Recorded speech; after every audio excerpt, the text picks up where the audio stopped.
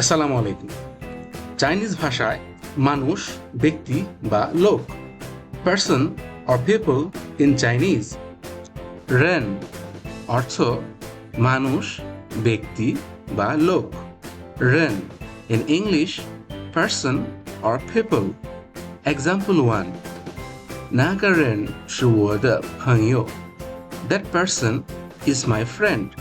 ওই ব্যক্তি আমার বন্ধু। Example 2. 那里有很多人。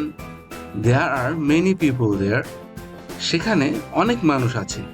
Example 3. 你家有几口人？ How many people are there in your family? তোমাদের পরিবারে কয়জন মানুষ আছে? 我家有五口人。There are 5 people in my family. আমাদের পরিবারে 5 জন মানুষ আছে। সহজে চাইনিজ ভাষা শিখতে এবং নতুন নতুন তথ্য পেতে আমাদের পেজটি ফলো করুন এবং চ্যানেলটি সাবস্ক্রাইব করুন। ধন্যবাদ। আসসালামু আলাইকুম।